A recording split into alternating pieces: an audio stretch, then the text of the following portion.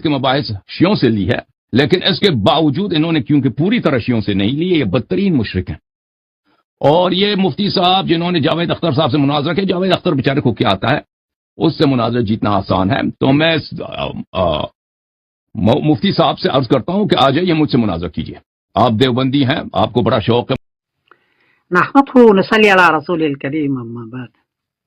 مولانا حسن اللہ یاری صاحب یہ شیعہ کے بڑے عالم ہیں، انہوں نے دو بات کہی ہے، ایک تو ہے کہ وہ دیوبندیوں سے مناظرہ کرنا چاہتے ہیں، اور دوسری بات یہ کہی ہے کہ مولانا شمائل ندوی صاحب رحمت دامت برکاتہم نے جو دلائل دیے ہیں وہ شیعوں کی کتاب سے لیے ہیں، خاص طور پر اللہ کا وجود، اللہ کا دیکھنا، اللہ کہاں ہے۔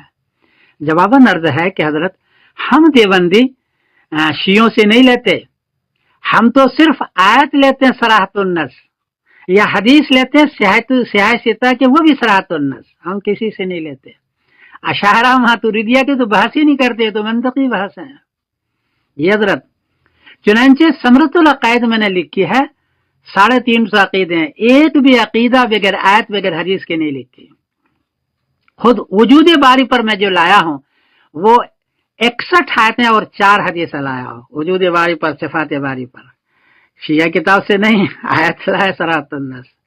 اللہ کو دیکھنا اس پر ہے، رؤیت باری اس پر 5 آیتیں اور 10 حدیثیں ہیں۔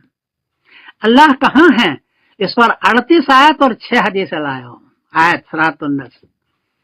البتہ اللہ کہاں ہے، الرحمن علی العرش استویٰ، اس پر ہمارا موقف یہ ہے کہ اس کا معنی معلوم ہے لیکن کیفیت مجہول ہے، اور ایمان اس پر واجب ہے۔